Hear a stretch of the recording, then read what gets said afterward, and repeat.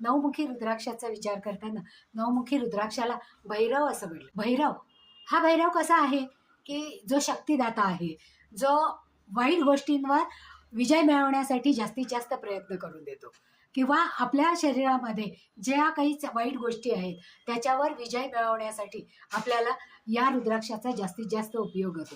म्हणजे हे रुद्राक्ष धारण केल्याने आपल्यामधलं धैर्य, धाडस, धडाडी, चिकाटी ही वाढते. आणि हे रुद्राक्ष उजव्या हातामध्ये किंवा गळ्यामध्ये धारण करायचं आहे. आणि पुरुषांना या रुद्राक्षाचा जास्तीत जास्त उपयोग होतो पहा.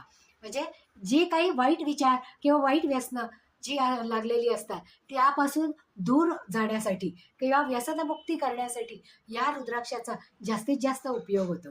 कारण भैरव आपल्याकडे सगळ्या निगेटिव्ह गोष्टी ओढून घेतो.